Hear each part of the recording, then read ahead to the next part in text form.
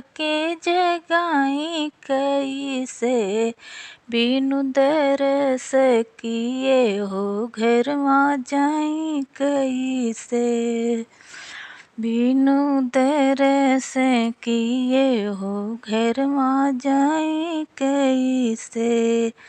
मैया के मांगो में टिकवाली आई, टिकवाली आई हो टिकवाली आई। सुतली मैया के पैराई कैसे, बिनु दरस किए हो घरवा जाई कैसे। सुतली मैया के जगाई कैसे, बिनु दरस किए हो घरवा जाई कैसे।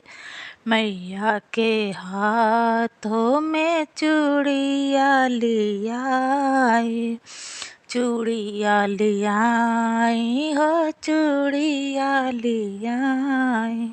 सुतली मैया के पैराई कैसे जी, सुतली मैया के पैराई कैसे, बिनु दरस किए हो घरवा जाई कैसे। बिनु दरस किए हो घरवा जाई कैसे।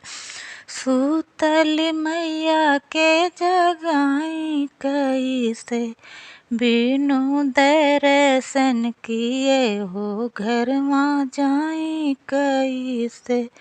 बिनु दर्शन किए हो घरवा जाई कैसे।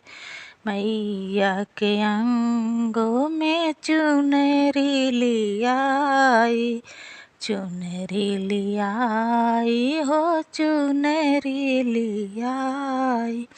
सुतली मैया के पैराई कैसे, बिनु दर्शन किए हो घरवा जाई कैसे।